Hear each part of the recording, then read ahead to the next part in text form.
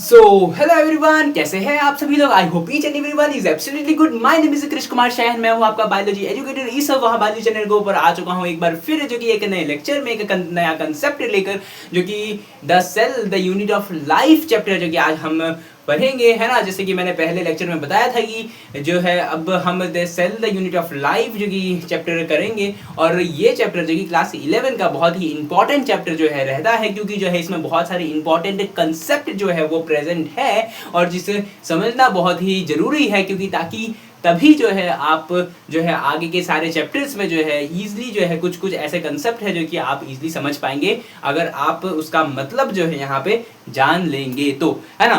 तो आप tension free हो जाइए, क्योंकि जो है यहाँ इस cell the unit of life chapter में जो है हम बहुत बेहतरीन तरीके से जो है कंप्लीट करेंगे चैप्टर को, है ना। हर एक टॉपिक को जो है अच्छे से समझेंगे, इंट्रोडक्शन पार्ट को देखेंगे, बहुत सारे इंपॉर्टेंट क्वेश्चन है जो कि पीवाईक्यू है, जो कि लास्ट ईयर्स में जो है नीट के एग्जाम के अंदर जो है यहाँ पे इंट्रोडक्शन पॉइंट जो कि पैराग्राफ है उसके अंदर से जो है क्वेश्चन भी पूछे गए हैं, ठीक है। तो उस सबको जो है कंप्लीट करेंगे, है ना। तो लेकिन उससे पहले अगर आप इस चैनल पर नए हैं तो चैनल को सब्सक्राइब एंड वीडियो को लाइक जरूर करिएगा। देन लास्ट में जो है कमेंट बॉक्स में एक दिल देके जरूर जाइएगा, ताकि जो है मुझे पता चले कि आपको जो है कंसेप्ट क्लियरली जो है समझ में आ चुका है, ठीक है। तो चलिए बिना टाइम वेस्ट किए जो है स्टार्ट करते हैं चैप्टर को, है ना। सबसे पहले इस चैप्टर में जो है बायोलॉजी का, जैसे कि मैंने पहले मतलब बता ही दिया था, है ना, लाइफ के बारे में स्टडी करना है इस कॉलेज बायोलॉजी। एंड बाकी जो कि यहाँ पे स्टडी ऑफ बायोलॉजी अगर मीन्स अगर यहाँ पे सबसे पहले इंट्रोडक्शन में एक चीज़ बताया गया है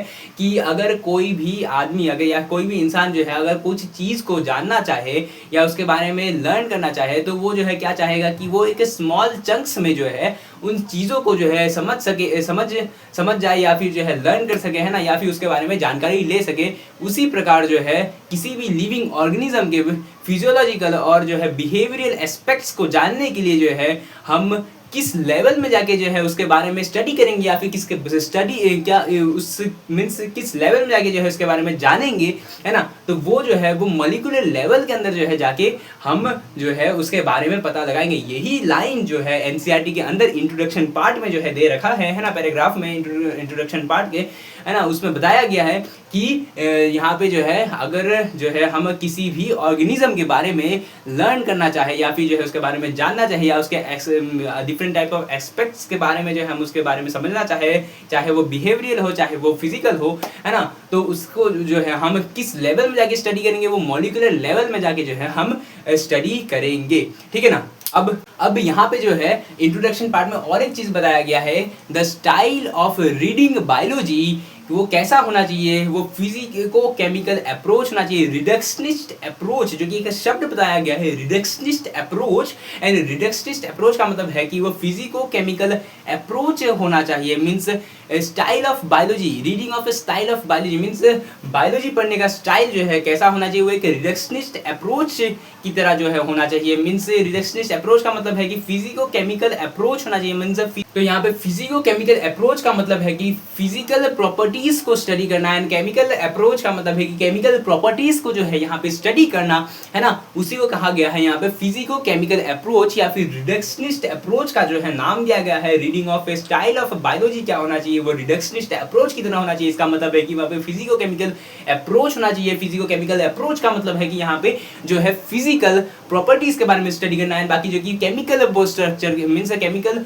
प्रॉपर्टीज के बारे में स्टडी करना, उसी को कहते हैं रिडक्शनिस्ट अप्रोच, जो कि ये इंपॉर्टेंट क्वेश्चन है, ठीक है ना। तो यहाँ पे और एक चीज जान लेते हैं, यहाँ पे बताया गया है कि बॉटनी, जो कि यहाँ पे बॉटनी में क्या होता है कि स्टडी ऑफ अ प्लांट किया जाता है।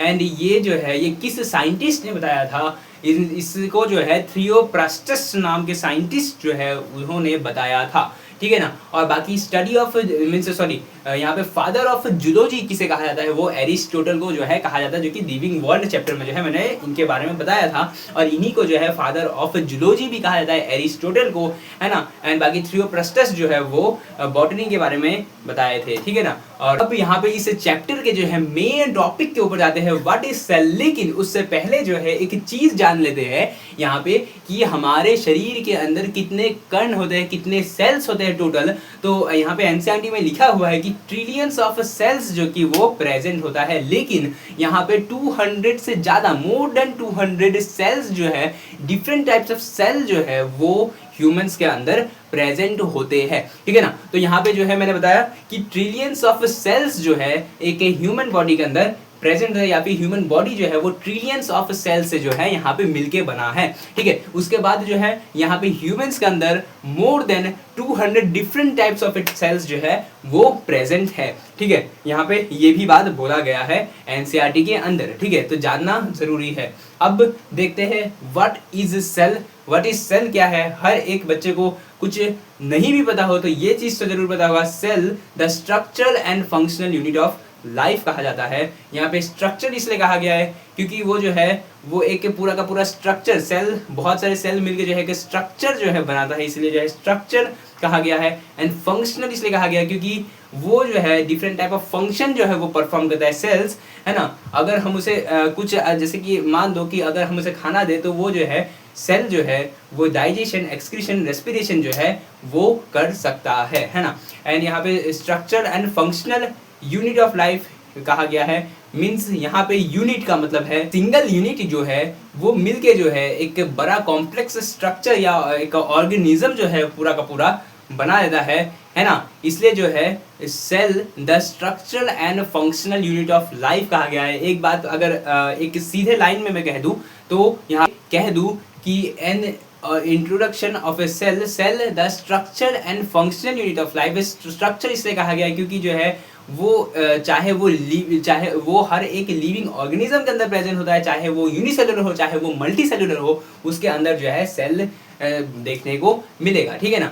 और यहाँ पे फंक्शन इसलिए कहा गया है क्योंकि जो है वो इंडिपेंडेंटली अपना जो है कोई इसेंशियल फंक्शन जो है वहाँ पे परफॉर्म कर सकता है, जैसे कि मैंने बताया, है ना। और लेकिन और यहाँ पे अच्छा और एक चीज़, जैसे कि मैंने लास्ट चैप्टर में जो है मैंने बताया था कि वायरस के बारे में, कि वायरस को जो है हम कंप्लीटली लिविंग नहीं कहते क्योंकि जो है वायरस जो है वो लिविंग एंड नॉन लिविंग के बीच का एंटिटी होता है। वो कंप्लीटली उसे लिविंग भी नहीं कह सकते, कंप्लीटली उसे नॉन लिविंग भी नहीं कह सकते हैं, ठीक है ना। तो अब देखते हैं नेक्स्ट। सेल्स के ऊपर जाने के पहले जो है एक चीज़ जो कि बेसिक चीज़ मैं बताना चाहूँगा कि यहाँ पे अगर हम देखें, अगर सेल का ओवरव्यू देखें कि सेल कैसे कैसे बना है, तो यहाँ पे सेल्स के अंदर जो है हम देखते हैं कि उसके अंदर पानी सबसे पहले जो है प्रेजेंट होता है। जब सेल कैसे कैसे बना मैं बताता हूँ कि सबसे पहले पानी था, है ना, वाटर था। उस वाटर में जब वो वाटर जो है जब गाढ़ा गाढ़ा सा सेमी फ्लूइड मैट्रिक्स जो है जब बन गया, सेमी फ्लूइड मैट्रिक्स को मतलब होता है गाढ़ा गाढ़ा सा लिक्विड जब बन गया, तो वो जो है उसे कहने लगे साइटोजोल, ठीक है। तो वाटर था, वाटर से, इसे डायग्राम से मैं अभी समझाऊंगा और क्लियर हो जाएगा, लेकिन अभी फिलहाल ऐसे समझिए कि वाटर था, वाटर से जब उसमें गाढ़ा गाढ़ा से लिक्विड बना तो जो है वो बन गया साइटोजोल। और साइटोजोल में जब यहाँ पे सेल ऑर्गेनेल्स जब प्रेजेंट होने लग गया तो उस सेल को जो है हमने तब उसको कहने लग गए हम साइटोप्लाज्म, ठीक है। और जब उस साइटोप्लाज्म में, उस पूरा साइटोप्लाज्म में different type of cell organelles present होने के बाद जब उसमें न्यूक्लियस जब प्रेजेंट हुआ तो उसे जो हम कहे प्रोटोप्लाज्म जो है हम कहने लगे। जब क्योंकि सेल ऑर्गेनेल्स प्रेजेंट हुआ तो उसे साइटोप्लाज्म कहा, और जैसे ही उसमें जो है न्यूक्लियस प्रेजेंट हुआ तो जो है हम उसे कहे प्रोटोप्लाज्म, ठीक है। अब उस सेल में जब यहाँ पे प्लाज्मा मेम्ब्रेन या फिर सेल मेम्ब्रेन जो है, बाहर वाला जो स्ट्रक्चर लेयर है, सेल मेम्ब्रेन या प्लाज्मा मेम्ब्रेन जब प्रेजेंट हुआ तो उसे जो है प्रोटोप्लास्ट कह दिया, ठीक है। तो सबसे पहले वाटर था, वाटर जब गाढ़ा गाढ़ा सा लिक्विड बना तो जो है साइटोजोल बना। साइटोजोल के अंदर जब सेल ऑर्गेनेल्स प्रेजेंट हुआ तो उसे जो है साइटोप्लाज्म कह दिया उस सेल्स को। और जो है जब सेल का जगह को जो है साइटोप्लाज्म कहने लग गया, और साइटोप्लाज्म में जब यहाँ पे जो है यहाँ पे न्यूक्लियस प्रेजेंट हुआ तो प्रोटोप्लाज्म कहने लग गया। प्रोटोप्लाज्म में जब बन गया तब उस सेल के बाहर जो एक लेयर, कवरिंग लेयर जो है एक बना, जो कि प्लाज्मा मेम्ब्रेन जिसे या फिर सेल मेम्ब्रेन कहा, तो उसे जो है प्रोटोप्लास्ट कह दिया।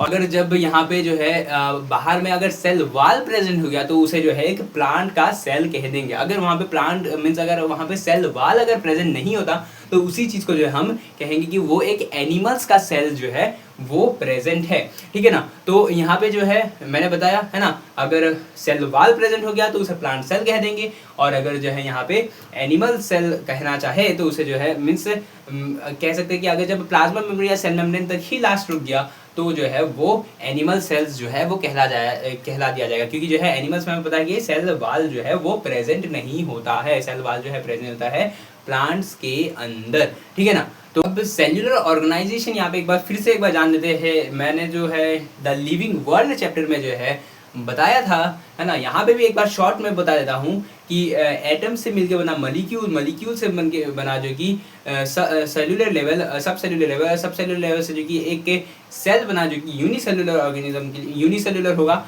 एंड जब वो यूनिसेल्युलर से मल्टी सेल्युलर जब बना, फिर मल्टी सेल्युलर से जो कि बहुत सारे मल्टी सेल्युलर सेल्स जो है मिलके जो है टिश्यू बनाया, बहुत सारे मिलके टिश्यू सिस्टम बनाया, टिश्यू सिस्टम जो है बहुत सारे मिलके जो है ऑर्गन एक बनाया, और ऑर्गन बहुत सारे मिलके जो है एक ऑर्गन सिस्टम बनाया, और ऑर्गन सिस्टम जो है पूरा पूरा एक ऑर्गेनिज्म जो है वो बना दिया, ठीक है ना। अब यहाँ पे जानते हैं नेक्स्ट की, अब ये सेलुलर ऑर्गेनाइजेशन देख लिया है ना, कैसे कैसे जो है सेल का ऑर्गेनाइजेशन होता है, ऐसे जो है पहले भी मैंने बता दिया था, अभी भी मैंने एक बार शॉर्ट में बता दिया है। अब नेक्स्ट जो है यहाँ पे हम देखेंगे कि यहाँ पे जो है यूनिसेल्युलर ऑर्गेनिज्म जो है इसके अंदर प्रोकैरियोट भी आता है, यूकैरियोट भी आता है। जैसे कि मैंने पहले बताया, मैंने जो है मैंने बायोलॉजिकल क्लासिफिकेशन चैप्टर में जो है स्टार्टिंग में जो है मैंने बताया था, यहाँ पे बहुत सारे ऐसे बैक्टीरिया या फिर एल्गी का नाम बताया था जो कि यूनिसेल्युलर एल्गी भी थे, है ना, यूनिसेल्युलर प्रोकैरियोट थे, यूनिसेल्युलर यूकैरियोट्स भी थे, है ना। तो आज वही जान लेते हैं कि यूनिसेल्युलर तो है लेकिन प्रोकैरियोट्स का मतलब क्या है और यूकैरियोट्स का मतलब क्या है। तो यूनिसेल्युलर प्रोकैरियोट्स क्या होते हैं, यूनिसेल्युलर यूकैरियोट्स क्या होता है।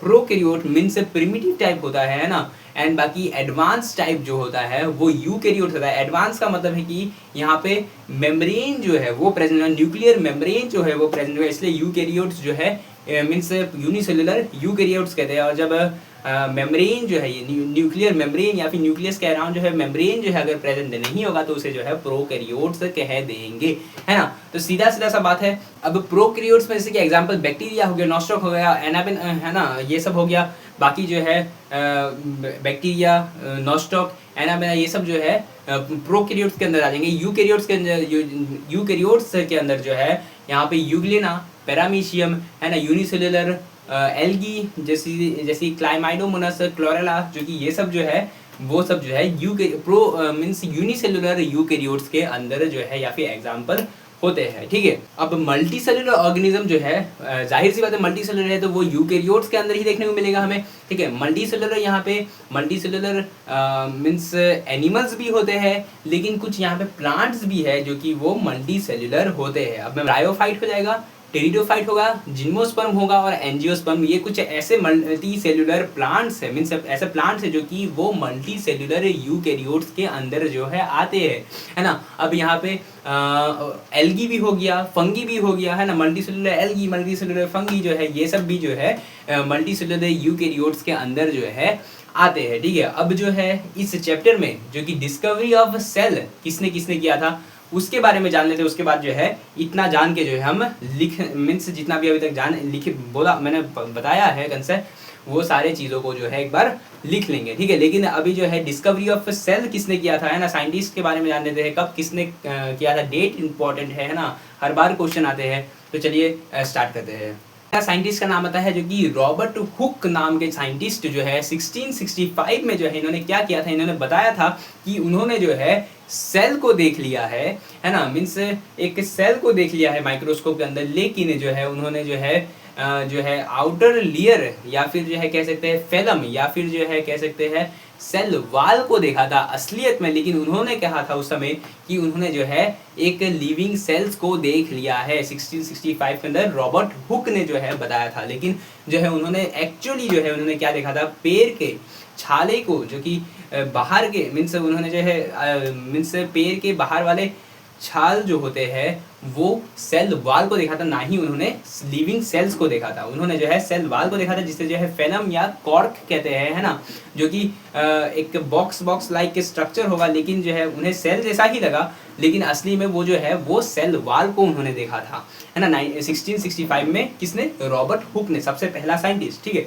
इसको जो है यहाँ पे कॉर्क सेल या फिर फेलम कहते हैं, जो कि सेल वॉल, जो कि ऊपर वाला जो कि लेयर जो कि पेड़ में होता है ना, उसमें जो है वो कॉर्क या फेलम कहते हैं, जो कि कॉर्क जो है डेड सेल्स होता है, लिविंग सेल्स तो नहीं है। लेकिन उन्होंने कहा था कि मैंने लिविंग सेल्स को देख लिया, लेकिन लिविंग सेल्स को नहीं देखा था, उन्होंने जो है डेड सेल्स को देखा था, जो कि कॉर्क सेल कहलाया जाता है ना। एंड है यहाँ पे माइक्रोस्कोप के अंदर जो है ये सेल्स को देखा था, तो उन्होंने जो है बोला था कि ये हनी कॉम्ब लाइक स्ट्रक्चर जो है उनको देखने को मिला, लेकिन जो है असली में हमें पता है कि उन्होंने जो है सेल वॉल को देखा था, कॉर्क या फेलम को देखा था, है ना। ये शब्द जो है लिया हुआ है एनसीईआरटी में ना, इसलिए इंपॉर्टेंट है जानना।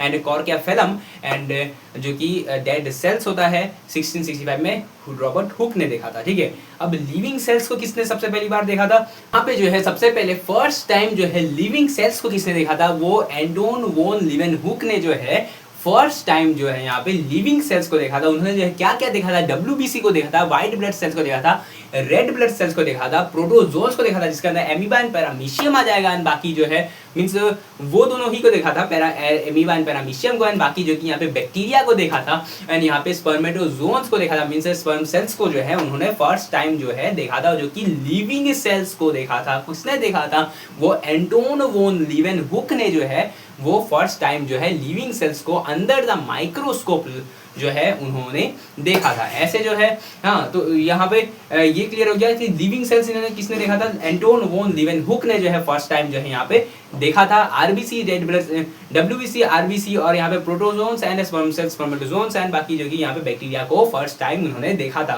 है ना। इंपॉर्टेंट है, ये सब सारी चीजें बताया गया है एनसीईआरटी में। एंड यहाँ पे और एक चीज जो कि माइक्रोस्कोप जो है 1950s में जो है वो फर्स्ट टाइम बनाया गया था, है ना। और वहाँ पे उसका वो जो है इलेक्ट्रॉन बीम के थ्रू जो है वहाँ पे वो काम करता था, एंड वेवलेंथ जो है उस समय मीन्स कम वेवलेंथ वाला जो है वो था, है ना, 1950 में जो है, क्योंकि वो डिटेल स्ट्रक्चर जो है उसको स्टडी करने के लिए जो है बनाया गया था 1950 में, ठीक है, माइक्रोस्कोप को, है ना। ये सब चीज़ें जो है मैं बता दूंगा। और बाकी जो है अब यहाँ पे और एक साइंटिस्ट के बारे में बताया गया कि न्यूक्लियस को किसने डिस्कवर किया? न्यूक्लियस को जो है रॉबर्ट ब्राउन ने जो है यहाँ पे डिस्कवर किया। वहाँ पे जो है रॉबर्ट हुक ने जो है उसने वो नॉन लिविंग सेल्स को जो है देखा था, मीन्स डेड सेल्स को देखा था, एंड बाकी जो है यहाँ पे, लेकिन न्यूक्लियस को किसने डिस्कवर किया था? रॉबर्ट ब्राउन ने किया था। रॉबर्ट ब्राउन ने किया था, दोबारा कह रहा हूँ मैं, रॉबर्ट ब्राउन ने जो है न्यूक्लियस को डिस्कवर किया था, है ना। एंड बाकी जो कि यहाँ पे अब नेक्स्ट साइंटिस्ट के बारे में जो कि प्लांट के बारे में स्टडी किया, और जो है एनिमल्स के बारे में कौन स्टडी किया, इसके बारे में जान लेते हैं। और इसका जो है डेट बड़ा इंपॉर्टेंट है ना। तो यहाँ पे जो कि मैल्थस स्केल्डेन जो है उन्होंने जो है 1838 में जो है उन्होंने क्या किया था? उन्होंने जो है प्लांट के सेल्स के बारे में स्टडी किया था और प्लांट टिश्यू के बारे में जो है स्टडी किया था। कब किया था? 1838 में किया था। किसने किया था? मैल्थस स्केल्डेन ने किया था, ठीक है।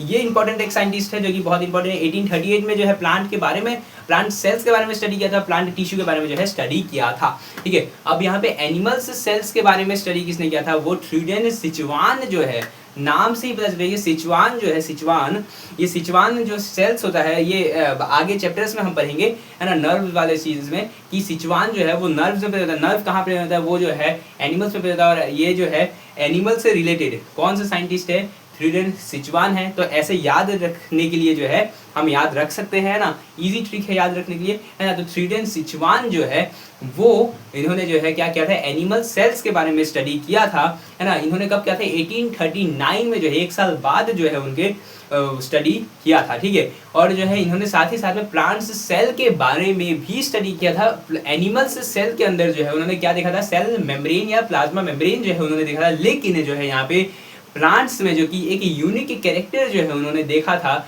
जो कि सेल वॉल जो है उन्होंने बताया था कि ये एक यूनिक कैरेक्टर है प्लांट्स के अंदर, जो कि उन्होंने ऑब्जर्व किया था, उन्होंने यही बताया था, है ना।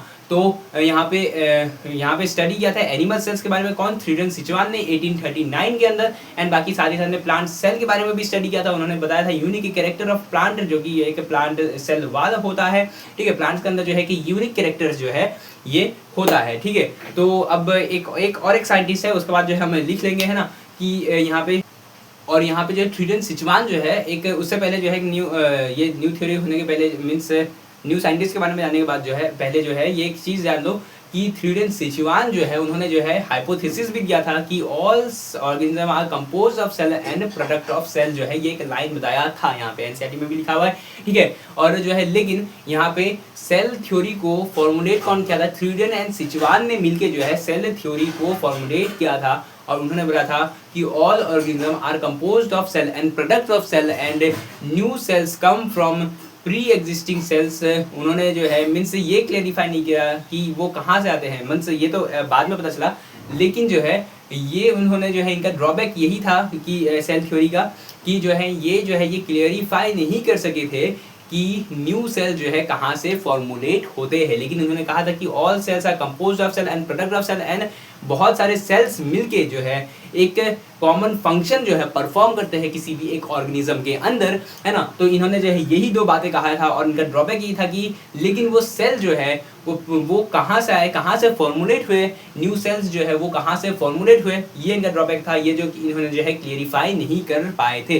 तो इसी को क्लियरिफाई करने के लिए जो कि 1855 में रुडोल्फ विचाओ नाम के जो है एक साइंटिस्ट जो है आए, उन्होंने जो है जो कि मॉडिफिकेशन ऑफ सेल थ्योरी जो है किसने किया था, रुडोल्फ विचाओ ने किया था। कब किया था, 1855 में, दोबारा बोल रहा हूँ मैं, 1855 में रुडोल्फ विचाओ ने जो है यहाँ पे सेल थ्योरी को जो है वो यहाँ पे क्या किया था, मॉडिफिकेशन किया था। उसके अंदर उन्होंने बताया था new cells come from pre existing sales, mean जो पहले एग्जिस्ट कर रहा होगा सेल, उसमें से जो है न्यू सेल जो है बना है ना। किसने कहा, रुडोल्फ विचाओ ने 1855 में कहा। और इन्होंने जो है एक शब्द जो कि कहा ओमनिस सेल्यूला ई सेल्यूला, जो कि इसका मतलब होता है new cells come from pre existing cells. ओमनिस सेल्यूला ई सेल्यूला का मतलब होता है new cells come from pre existing cells, ठीक है। अब जो है न्यू मॉडर्न सेल थ्योरी जो है उसमें क्या बताया गया था कि all organism are composed of cells and product of cells and new cells जो होते हैं, पहला बात, all organism are product of cell and all organism are composed of cell and product of cell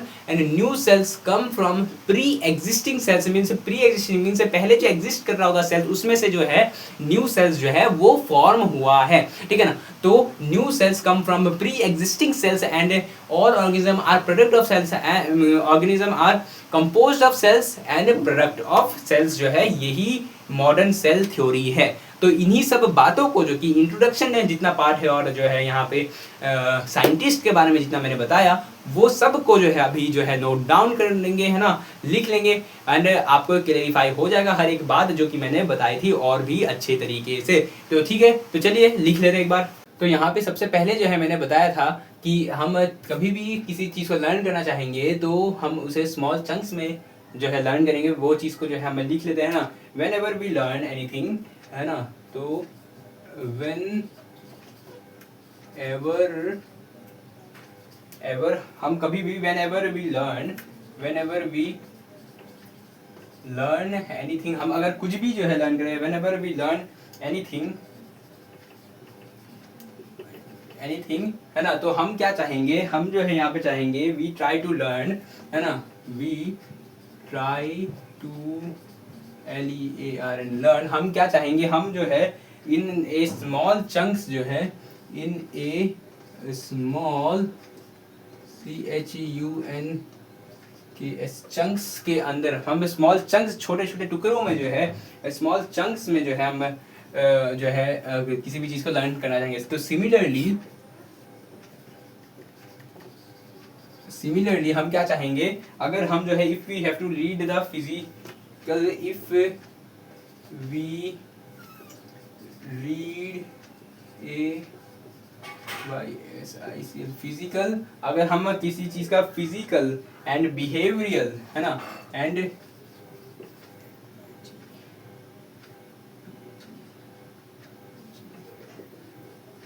behavioural, अगर हम किसी भी चीज़ का फिजिकल या फिजियोलॉजिकल एंड बिहेवियरल, फिजियोलॉजिकल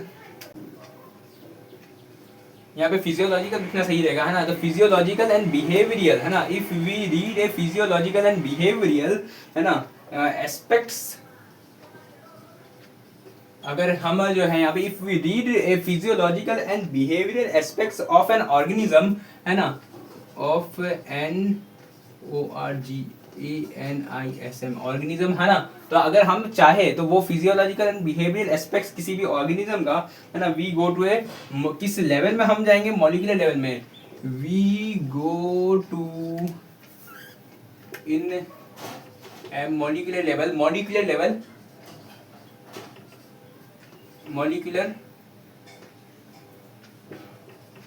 है ना। तो हम जो है molecular level, whenever we learn anything we try to learn in a small chunks, similarly if we read a physiological and behavioural aspects of an organism we go to the molecular level, हम molecular level के अंदर जो है हम जाएंगे। And यहाँ पे और एक बात बोला, this style of biology, this style of reading biology, है ना, this style of reading biology is called reductionist approach, is called as reductionist, REDUCTIONIST, reductionist approach, APROCH approach, है ना। तो यहाँ पे रिडक्शनिस्ट अप्रोच का मतलब क्या है, रिडक्शनिस्ट अप्रोच का मतलब है कि फिजिको केमिकल अप्रोच होगा, है ना, PHYSO, physico chemical approach, APPROCH, है ना, अप्रोच, यहाँ पे फिजिको केमिकल अप्रोच होगा। फिजिकल केमिकल अप्रोच का मतलब है कि फिजिकल, है ना, फिजिकल एंड केमिकल मीन्स, यहाँ पे फिजिको केमिकल का अप्रोच का मतलब है कि यहाँ पे फिजिकल प्रॉपर्टीज आर स्टडीड, यहाँ पे क्या फिजिको के अंदर क्या किया जाएगा, फिजिकल प्रॉपर्टीज के बारे में जो है स्टडी किया जाएगा, PHYSICL physical, PROPERTI properties, RSTUDI study किया जाएगा। एंड बाकी केमिकल के अंदर केमिकल प्रॉपर्टी आर स्टडीड, यहाँ पे जो है केमिकल प्रॉपर्टीज को जो है वो स्टडी किया जाएगा, ठीक है ना। और यहाँ पे फिजिकल प्रॉपर्टीज को जो है वो स्टडी किया जाएगा, ठीक है। अब यहाँ पे मैंने एक बात बताया कि बॉटनी के साइंटिस्ट मीन्स यहाँ पे जो है स्टडी ऑफ अ प्लांट जो है डन बाय, है ना, BOTANI, प्लांट की स्टडी किस में किया जाता है, बॉटनी में किया जाता है, इसलिए मैंने लिखा है ना, study of plant done by Theophrastus जो है मैंने बताया था, है ना, थियोप्रास्टस ने बताया था, प्रास्टस जो है यहाँ पे बताया था, है ना।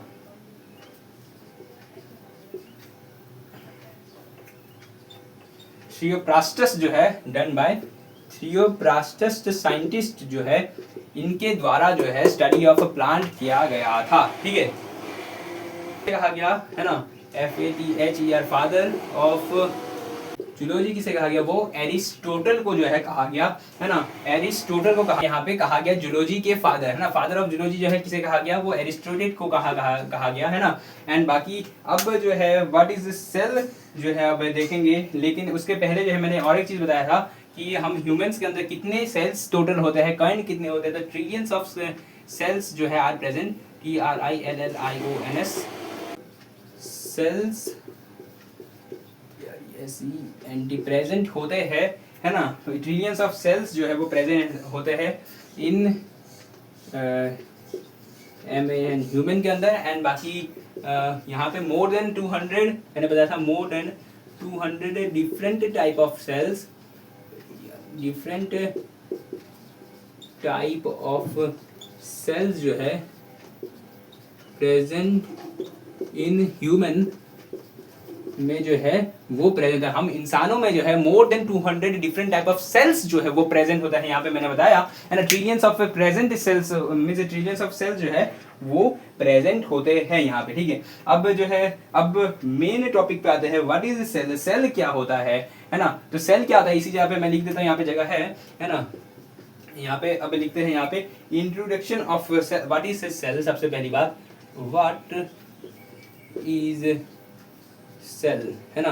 तो ये सेल क्या है, ये सबसे बड़ा क्वेश्चन है कि सेल क्या है। सेल जो है मैंने बताया जो है क्या है, वो सेल जो है यहाँ पे सेल क्या है, सेल जो है structure, cell is the STRUCT structural and functional unit of life है ना। तो cell is the structural and functional unit of life. अब इस सब चीज का मतलब होता है स्ट्रक्चर इसलिए कहा गया क्योंकि जो है ये बनाता है स्ट्रक्चर, है ना। स्ट्रक्चर इसलिए कहा गया क्योंकि जो है it makes the structure of an organism, है ना। ये it make the structure STRUCTURE structure of an organism, है ना। ये ऑर्गेनिज्म का स्ट्रक्चर बनाता है। एंड फंक्शनल इसलिए कहा गया, फंक्शनल क्यों कहा गया क्योंकि जो है वो सारे काम जो है वो कर सकता है ना। मीन्स यहाँ पे जो है ऑल द मेटाबॉलिक एक्टिविटीज या फंक्शन, है ना, ऑल द METABOLIC मेटाबॉलिक या फंक्शन जो है, ऑल द मेटाबॉलिक फंक्शन या फिर फंक्शन जो है वो क्या कर सकता है, takes place in the cell only, है ना। वो सेल्स में ही देखने को मिल सकता है। ऑल द मेटाबॉलिक फंक्शन या फिर मेटाबॉलिक फंक्शन, मेटाबॉलिक या function takes place only in cells के अंदर ही जो है वो देखने को मिलेगा। यहाँ पे यूनिट क्यों कहा गया है, यूनिट इसलिए कहा गया है structure and functional unit of life. अब यूनिट इसलिए कहा गया है क्योंकि जो है यहाँ पे यूनिट जो कि यहाँ पे बोलेंगे it repeat itself to make, है ना, इट रिपीट सेल्फ, ये अपने आप को रिपीट करेगा, ये अपने आप को सेल्फ रिपीट करेगा टू मेक ये बनाने के लिए, है ना, to make a large structure, to make a large CTURE, है ना, लार्ज स्ट्रक्चर। और यहाँ पे लाइफ इसलिए कहा गया एनीथिंग लेस देन ए, है ना, लाइफ इसलिए कहा गया है क्योंकि यहाँ पे कह सकते हैं, यहाँ पे लाइफ इसलिए कहा गया क्योंकि जो है anything less than a complete, anything यहाँ पे एनीथिंग लेस देन, है ना। लाइफ इसलिए कहा गया क्योंकि anything is less than A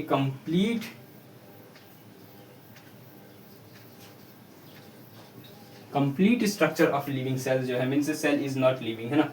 anything is less than complete cell is not living, है ना। तो ये इसलिए लाइफ यहाँ पे कहा जाता है ना, क्योंकि जो है ये जो है anything less than a complete cell is not living. And बाकी जो कि अब नेक्स्ट जो कि यहाँ पे मैंने बताया था कि अब मैंने वो बताया था वायरस को हम लिविंग इसलिए नहीं कहते, वो चलो लिखने का जरूरत नहीं है क्योंकि हमने जो है सेल वहाँ पे structure means the living world chapter में जो है पढ़ लिया है। फिलहाल जो है आप लोग इतना नोट डाउन कर लीजिए, है ना। वायरस के बारे में नहीं हम लिखेंगे। अब जो है सेल कैसे कैसे बना, वाटर से साइटोजोल वगैरह जो है वो डायग्राम से समझते और भी ज़्यादा क्लियर करते हैं अपने कंसेप्ट को, ठीक है। मैंने यहाँ पे जो है डायरेक्टली ये चीज़ को लिख दिया है, वाटर से साइटोजोल ये सब जो है लिख दिया है ताकि जो है मैं आराम से जो है अभी आपको समझा, मीन्स डायरेक्टली डायग्राम्स जो है थ्रू जो है और भी ज़्यादा क्लियर कर सकूँ। समझा तो दिया ही है ना। तो अभी जो है देखते हैं यहाँ पे सबसे पहले जो है यहाँ पे क्या है कि वाटर जो कि जब पानी था, है ना, सेल्स के अंदर पानी जब गाढ़ा गाढ़ा सा लिक्विड बन गया, साइटोजोल कहने लगे उसे, और जब वहाँ पे कुछ सेल ऑर्गेनेल्स प्रेजेंट हो गया, तो सेल ऑर्गेनेल्स प्रेजेंट होने के बाद जो है उसको कहा गया साइटोप्लाज्म। और सेल ऑर्गेनेल्स प्रेजेंट हो गया इसका मतलब कि सेल्स में सारे ऐसे चीज़ है, कुछ चीज़ है जो कि अपना काम करना जानते हैं, है ना। एंड इसीलिए जो है यहाँ पे सेल ऑर्गेनेल्स जो कि अपना काम करना जानते हैं, सेल्स के अंदर क्या करना है उनको, क्या नहीं करना है ना। तो इसलिए इसे जो है साइटोप्लाज्म कह दिया। साइटोप्लाज्म में उसके बाद जब यहाँ पे न्यूक्लियस प्रेजेंट हुआ, तो न्यूक्लियस प्रेजेंट होने के बाद जो है इसको प्रोटोप्लाज्म कह दिया। और जो है प्रोटोप्लाज्म कहने के बाद जब यहाँ पे जो है प्लाज्मा मेम्ब्रेन या सेल मेम्ब्रेन प्रेजेंट हुआ, तो यहाँ पे जो है प्रोटोप्लास्ट कह दिया। और प्रोटोप्लास्ट के बाद जो कि यहाँ पे जब सेल वाल प्रेजेंट हुआ, तो उसे एक प्लांट सेल कह दिया हमने, है ना। तो सीधी सी बात है ना, कि यहाँ पे जब वाटर था नॉर्मली वाटर से, जब semi semi semi fluid matrix गाढ़ा गाढ़ा सा लिक्विड जब बन गया तो उसे साइटोजोल कहा। साइटोजोल के बाद जब यहाँ पे सेल ऑर्गेनेल्स प्रेजेंट हुआ तो यहाँ पे जो है साइटोप्लाज्म कह दिया, और जो है जब न्यूक्लियस प्रेजेंट हुआ यहाँ पे तो यहाँ पे प्रोटोप्लाज्म कह दिया, और यहाँ पे जब यहाँ पे प्लाज्मा मेम्ब्रेन या सेल मेम्ब्रेन प्रेजेंट हुआ तो इसको जो है हम प्रोटोप्लास्ट कह दिए, ठीक है ना। अब यहाँ पे जो है जब सेल वाल प्रेजेंट हुआ तो उसे जो है प्लांट सब कीजिए, क्योंकि जो है सेल वाल जो है जनरली हम जानते हैं कि वो प्लांट के अंदर ही मिलते हैं, ठीक है। अब यहाँ पे प्रोटोप्लास्ट शब्द जो है वो जनरली जो है प्लांट में यूज किया जाता है, एनिमल्स में यूज नहीं किया जाता है, ठीक है ना, ये बता दे रहा हूं मैं, है ना। अब यहाँ पे एक बार फिर जो कि साइटोजोल जब सेल ऑर्गेनिज्म साइटोजोल में जब सेल ऑर्गेनिज्म मिल गया तो साइटोप्लाज्म बन गया। साइटोप्लाज्म में जब न्यूक्लियस प्रेजेंट हो गया तो वो उसे प्रोटोप्लाज्म हम कहने लगे, है ना। एक जेंडर मीन्स अच्छे से ताकि समझ में आ जाए इसलिए मैं ऐसे लिख दिया। एंड प्रोटोप्लाज्मा प्लस प्लाज्मा मेम्ब्रेन जब हो गया तब यहाँ पे प्रोटोप्लास्ट कह दिया, और प्रोटोप्लास्ट प्लस सेल ऑर्गेनेल्स जब प्रेजेंट हो गया तो उसे जो है प्लांट सेल कहने लगे हम, ठीक है। अब जो है यहाँ पे अब साइंटिस्ट के बारे में अब नेक्स्ट बात करेंगे, लेकिन उससे पहले जो है मैंने एक और एक चीज़ बताया था यूनिसेलुलर प्रोकैरियोट एंड यूकैरियोट्स के बारे में, उस चीज़ को लिखने के बाद जो है साइंटिस्ट के बारे में हम अभी जो है मैंने इन सब बातों को जो है लिख दिया है ना, ताकि जो है आपको डायरेक्टली बता सकूँ, है ना। तो यहाँ पे यूनिसेलुलर ऑर्गेनिज्म में मैंने बताया यहाँ पे प्रोकैरियोट्स मीन्स प्रिमिटिव सेल्स होते हैं, एंड बाकी यूकैरियोट्स मींस एडवांस सेल होते हैं, एंड प्रोकैरियोट्स में मींस यहाँ पे न्यूक्लियर मेम्ब्रेन या फिर न्यूक्लियस के अराउंड जो है नहीं होता है, यहाँ पे यूकैरियोट्स में होता है। एंड बाकी एग्जांपल जो कि bacteria, Nostoc, rhizobium and lactobacillus जो है यहाँ पे होगा, ठीक है। प्रोकैरियोट्स के अंदर एग्जांपल होगा bacteria, Nostoc, rhizobium and lactobacillus जो है यहाँ पे एग्जांपल होगा। एंड बाकी यूकैरियोट्स के अंदर एग्जांपल जो कि एमीबा, यूग्लिना पैरामीशियम में, यूनिसेलुलर एल्गी के अंदर क्लाइमाइडोमोनास एंड क्लोरेला होगा, यूनिसेलुलर फंगी जो कि ईस्ट जो है यहाँ पे आ जाएगा, ठीक है ना। तो यहाँ पे यूकैरियोट्स का example amoeba, Euglena paramecium and unicellular algae, Chlamydomonas and chlorella, and यहाँ पे यूनिसेलुलर फंगी जो है वो आ जाते हैं। एंड बाकी मल्टीसेलुलर के बारे में मैंने बताया था, मल्टीसेलुलर जो है यहाँ पे मल्टीसेलुलर एनिमल्स तो होते ही है, लेकिन जो है मल्टीसेलुलर फंगी एंड मल्टीसेलुलर जो कि एल्गी जो है यहाँ पे होते हैं। और बाकी प्लांट्स के अंदर जो कि ऐसे प्लांट होते हैं जो कि मल्टीसेलुलर होते हैं और यूकैरियोट्स होते हैं ना, तो ब्रायोफाइट, टेरिडोफाइट, जिम्नोस्पर्म, एंजियोस्पर्म जो है ये सब कुछ प्लांट्स के नाम है, या फिर मींस कुछ प्लांट्स है जो कि ये सब जो है मल्टीसेलुलर यूकैरियोट्स जो है होते हैं, ठीक है। तो अब साइंटिस्ट के बारे में जानते हैं, है ना। अब साइंटिस्ट के बारे में, लेकिन इससे पहले जो है आप लोग इस चीज को जो है सब चीजों को जो है आप लोग नोट डाउन कर लीजिए, ठीक है। यहाँ पे जो है डिस्कवरी ऑफ सेल जो है वो देखते हैं, अब लिखते हैं ना। तो डिस्कवरी ऑफ सेल में सबसे पहले जो है रॉबर्ट हुक का नाम था, है ना। तो यहाँ पे रॉबर्ट ROBERT रॉबर्ट हुक जो है वो है, रॉबर्ट हुक का जो है यहाँ पे नाम है रॉबर्ट हुक, जो कि 1831 में, जो कि डेट इंपॉर्टेंट नहीं है इतना लेकिन फिर भी लिख लो, है ना। 1831 में जो है इन्होंने, रॉबर्ट हुक ने जो है क्या बताया था, इन्होंने बताया था कि इन्होंने जो है क्या देखा, इन्होंने cell wall means living cells को देखा, लेकिन एक्चुअली जो है इन्होंने लिविंग सेल्स को नहीं, यहाँ पे कॉर्क सेल्स को देखा था। यहाँ पे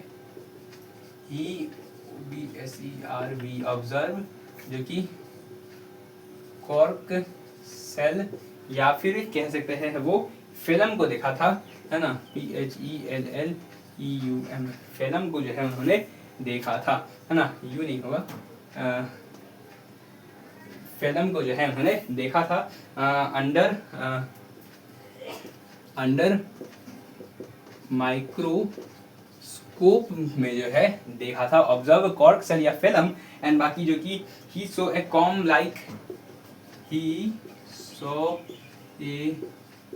हनी कॉम्ब लाइक स्ट्रक्चर जो है उन्होंने देखा था, और कॉर्क सेल जो है वो डेड सेल होते हैं यहाँ पे, है ना। एंड यहाँ पे कॉर्क सेल्स जो होते हैं वो डेड सेल्स जो है वो होते हैं, है ना। और बाकी जो है he actually observe the cell wall, last में ये लिख लो कि he actually saw cell wall, है ना। सेल वॉल को जो है उन्होंने एक्चुअली देखा था, ठीक है। किसने देखा था, रॉबर्ट हुक ने 1831 में जो है देखा था, ठीक है। अब जो है हनी कॉम्प्लेक्स स्ट्रक्चर अगर बोला गया है तो हनी कॉम्प्लेक्स स्ट्रक्चर ऐसा है ना, बॉक्स हनी कॉम का ऐसा ही स्ट्रक्चर होता है, एंड ऐसा जो है स्ट्रक्चर उन्होंने देखा था, ठीक है ना। तो बनाने की ज़रूरत नहीं है, लेकिन समझाने के लिए बस मैंने बताया। एंड बाकी जो कि अब नेक्स्ट जो कि एंटोन वोन लीवेनहुक जो है, ये बड़े इंपॉर्टेंट साइंटिस्ट है ना। एंटोन वोन लीवेनहुक ने एंटोन वोन लीवेनहुक ने जो है यहाँ पे वो लीवेनहुक ने जो है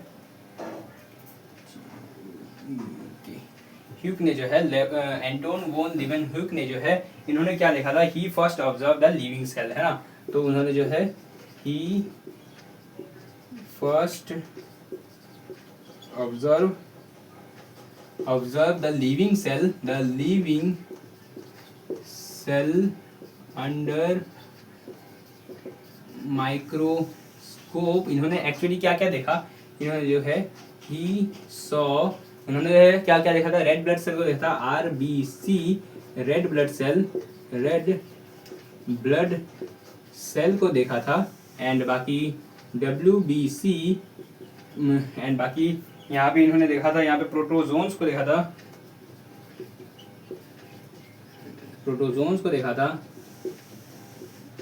वाइट ब्लड सेल को देखा था। प्रोटोजोन्स के अंदर एमीबा एंड पैरामीशियम आ जाएगा, है ना। एमीबा एंड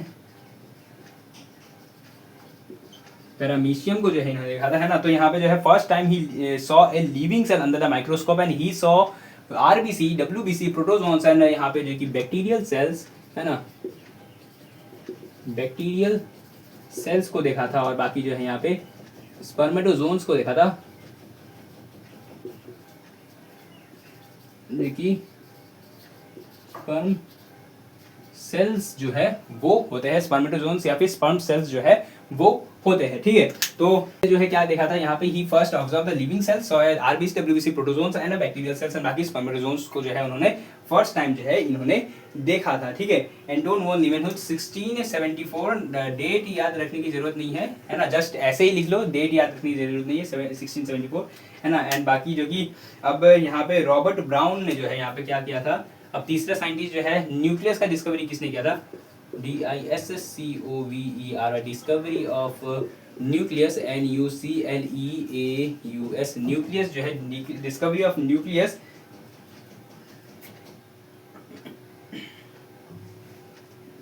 न्यूक्लियस का डिस्कवरी जो है वो किसने किया था, रॉबर्ट ब्राउन ने किया था। वहां पे रॉबर्ट हुक है, याद रखना, ये रॉबर्ट हुक है। एंड यहाँ पे रॉबर्ट एंड ये रॉबर्ट ब्राउन है, ठीक है ना, ये रॉबर्ट ब्राउन है, ठीक है, ये रॉबर्ट ब्राउन है। किस न्यूक्लियस का डिस्कवरी किसने किया था, रॉबर्ट ब्राउन ने किया था, है ना। एंड बाकी यहाँ पे मेल्थस स्केल्डन के बारे में लिख देता हूँ यहाँ पे, है ना, फोर्थ साइंटिस्ट जो कि 1838 में यहाँ पे मैंने मिला था, मेल्थस, यह जगह तो हो जाएगा, है ना,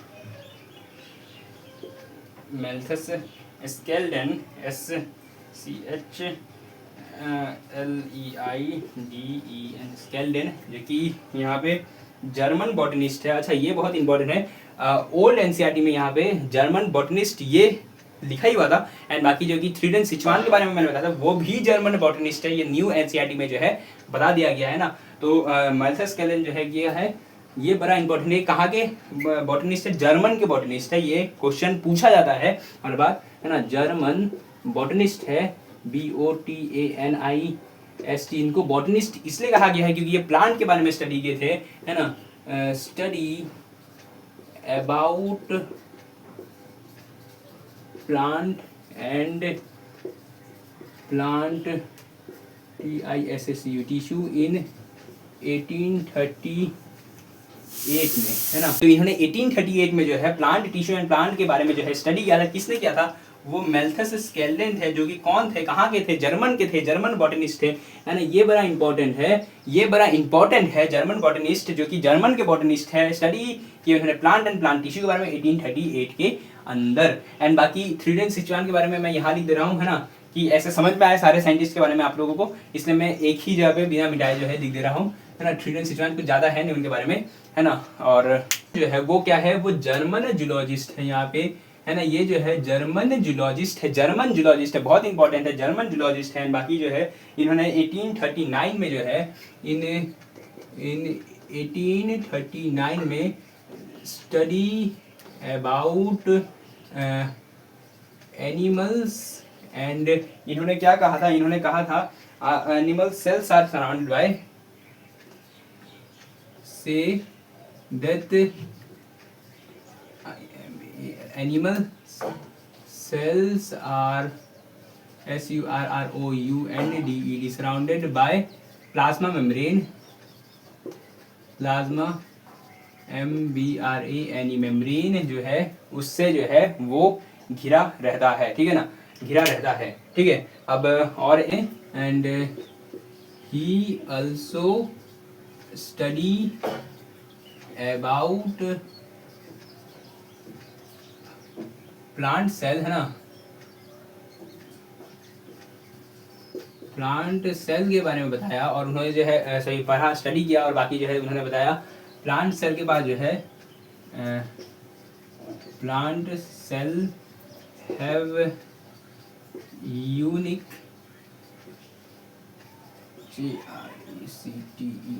एक यूनिक कैरेक्टर उनके पास है, cell wall is a unique character, है ना, unique characters of cell wall होना एक यूनिक कैरेक्टर जो है उन्होंने बताया, और उन्होंने जो है गेव ए हाइपोथेसिस, उन्होंने जो है and he also gave a hypothesis, hypothesis जो है उन्होंने दिया, है ना, उन्होंने हाइपोथेसिस दिया, एंड बाकी उसमें कहा बोला, उन्होंने बोला all organism are composed of cell and product of cell, है ना, हाइपोथेसिस एंड बोला से that all organism organism are composed of cells and product of cell, है ना। तो यहाँ पे उन्होंने बताया कि all organism are composed of cells and product of cells जो है उन्होंने बताया, प्लांट सेल्स के बारे में स्टडी किया, उन्होंने यूनिक कैरेक्टर्स जो कि सेल वाल को देख के बोला, और बाकी जो है एनिमल सेल्स में जो है प्लाज्मा मेम्ब्रेन प्रेजेंट होता है, उन्होंने ये बताया 1838 में, जो कि एक जर्मन जियोलॉजिस्ट सिचुआन जो है वो थे, ठीक है। तो इन सब बातों को जो है, इन सब साइंटिस्ट के बारे में जो है डेट्स के साथ जो है आप लोग जो है इसे लिख लीजिए, है ना, उसे जो है इसे नोट डाउन कर लीजिए, सारे के सारे बहुत ही इंपॉर्टेंट है, हर बार इससे क्वेश्चन आता है, हर बार इससे जो है सवाल इससे पूछे जाते हैं, है ना, इंपॉर्टेंट टॉपिक है ये, है ना, तो इसको लिख लीजिए। इसके बाद जो है सेल थ्योरी जो है मैं बता दूंगा, और जो है थ्रीडन सिचुआन मींस रुडोल्फ फिचाओ के बारे में जो है मॉडिफिकेशन ऑफ सेल थ्योरी जो है बता दूंगा, और यही जो है लास्ट हमारा रहेगा इस लेक्चर के लिए, ठीक है। तो नोट डाउन कर लीजिए आप लोग। तो यहाँ पे जो है अभी सेल थ्योरी के बारे में लिख लेते हैं ना, तो स्केल्टन सिचुआन जो है उन्होंने क्या किया था, together formulate the cell theory, है ना। स्केल्टन एंड सिचुआन जो है उन दोनों ने मिलके स्केल्टन एंड सिचुआन जो है उन्होंने मिलके फॉर्मुलेट किया सेल थ्योरी, है ना, थ्योरी को जो है यहाँ पे फॉर्मुलेट किया, और उन्होंने बोला कि whole organism are composed of cell and product of cell, and say that whole organism are composed of cells and product of cells जो है बोला, और जो है इन्होंने और एक बात बोला कि all function perform in a body, सारे फंक्शन जितना भी हमारे बॉडी के अंदर होते हैं, all function performed in the body, हमारे शरीर के अंदर जितने भी function of an organism are the sum total of the constituent cell, जितने भी कॉन्स्टिट्यूएंट सेल वहाँ पे प्रेजेंट है सबको मिला के जो सब मिल के जो है कोई भी फंक्शन जो है परफॉर्म करते हैं, यही बात बोला था, है ना, sum total of the constituent cell जो है वो था। लेकिन इनका ड्रॉबैक क्या था, ड्रॉबैक लिख लेते हैं, इट डज नॉट, है ना, ड्रॉबैक ये था कि it does not clarify clarify नहीं कर पाए, है ना, of formation of new cells, of formation of new cell, है ना। तो न्यू सेल्स कहाँ से आते हैं, क्लेरिफाई नहीं किया उन्होंने था कि स्केल्टन एंड सिचुआन जो है together formulate the cell theory, and बाकी जो है उन्होंने बोला कि whole organism are composed of cell and product of cells, and बाकी जो है ऑल फंक्शन जो कि perform in a body and for an organism are the sum total of the constituent cell. जितने भी कॉन्स्टिट्यूएंट सेल्स है सारे के सारे मिलके जो है एक कोई फंक्शन जो है परफॉर्म करते हैं किसी भी ऑर्गेनिज्म के अंदर के बॉडी के अंदर जो है वो करते हैं। लेकिन इसका ड्रॉबैक ये था कि इन्होंने जो ये क्लेरिफाई नहीं किया था कि न्यू सेल्स कहाँ से आते हैं। लेकिन जो है उसी समय जो है 1855 में यहाँ पे कौन आए, रुडोल्फ विचाव आए, उन्होंने जो है क्लेरिफाई किया एंड मॉडिफिकेशन क्या सेल थ्योरी के अंदर, ठीक है। IFICATI modification of cell theory, है ना। मॉडिफिकेशन ऑफ सेल थ्योरी किसने किया था, यहाँ पे रुडोल्फ विचाव ने किया था, रुडोल्फ विचाव ने किया था यहाँ पे, रुडोल्फ विचाव ने जो है यहाँ पे, रुडोल्फ विचाव ने जो है वो विचाव ने जो है यहाँ पे सेल थ्योरी का मॉडिफिकेशन किया था। इन बहुत ही इंपॉर्टेंट डेट है, इन 1855 के अंदर जो है उन्होंने किया था, ठीक है। ये चीज नेक्स्ट जो है उन्होंने क्या बोला था, उन्होंने बोला था, है ना, से दैट ओमनी सेलुला ई सेलुला, इन्होंने बोला था कि new cell come from existing cells, है ना। New cells come from pre existing cells, और ओमनिस सेलुला ई सेलुला जो है कहा था, उसका मतलब जो है यही है ना। यहाँ पे लिख देता हूँ OMINIS, ओमनिस ई सेलुला का मतलब जो है यही है, new cells come from pre existing sales. किसने बोला था, रुडोल्फ विचाव 1855 में बोला था, है ना, ये याद रखना है। बाकी जो है यहाँ पे मॉडर्न सेल थ्योरी क्या था, अब यहाँ पे मॉडर्न सेल थ्योरी यही लास्ट थ्योरी है हमारे इस लेक्चर का, है ना। मॉडर्न सेल थ्योरी क्या है, MORDER, मॉडर्न सेल थ्योरी में बोला था, THEORY थ्योरी में बोला था यहाँ पे कि सबसे पहली बात कि यहाँ पे all organism are compose of cell and product of cells, जो कि यहाँ पे बोला था कि ऑल ORGANISM organism are composed of cells and product of cells and new cells come from pre-existing cells, and new cells come from pre-existing cells, new cells come from existing cells, है ना। तो new cells come from pre existing cells, all organism are composed of cell and product of cells. यही जो है modern cell theory जो है वो है पूरा का पूरा, जो कि दिया हुआ था किसने, रुडोल्फ विचाव ने 1855 में, और बाकी ओमनिस सेलुला ई सेलुला एक शब्द बोल के जो है इन्होंने मतलब समझाया, new cells come from a pre existing sales. तो इस लेक्चर में जो है यहीं तक, लेकिन फिलहाल जो आप लोग इसको नोट डाउन कर लीजिए। तो ठीक है, यहाँ पे इस चैप्टर में जैसे कि आज हमने ये चैप्टर स्टार्ट किया, cell the unit of life, introduction के बारे में देखा, इंट्रोडक्शन देखा इस चैप्टर का, है ना। बहुत सारे इंपॉर्टेंट बातें जो है इसके बारे में जाना, एंड बाकी जो कि डिस्कवरी ऑफ साइंटिस्ट ये सब के बारे में देखा, एंड बाकी जो है यहाँ पे जो कि ये सारे जो है सेल थ्योरीज को पढ़ा, है ना, बहुत ही बेहतरीन तरीके से। तो ऐसे ही पढ़ते रहिए, मुस्कुराते रहिए, लेकिन उससे पहले अगर आप इस चैनल पर नए हैं तो चैनल को सब्सक्राइब एंड वीडियो को लाइक जरूर कीजिएगा, एंड बाकी कमेंट बॉक्स में दिल देके जरूर जाइएगा, ताकि मुझे पता चले कि आपको कंसेप्ट जो है पूरा क्लियरली जो है वो समझ में आ चुका है, ठीक है। तो फिर मिलते हैं नेक्स्ट लेक्चर में, नेक्स्ट वीडियो में, आगे इस चैप्टर में फर्दर जो है मूव करेंगे। तब तक लिए पढ़ते रहिए। गुड बाय, जय हिंद, बाय बाय।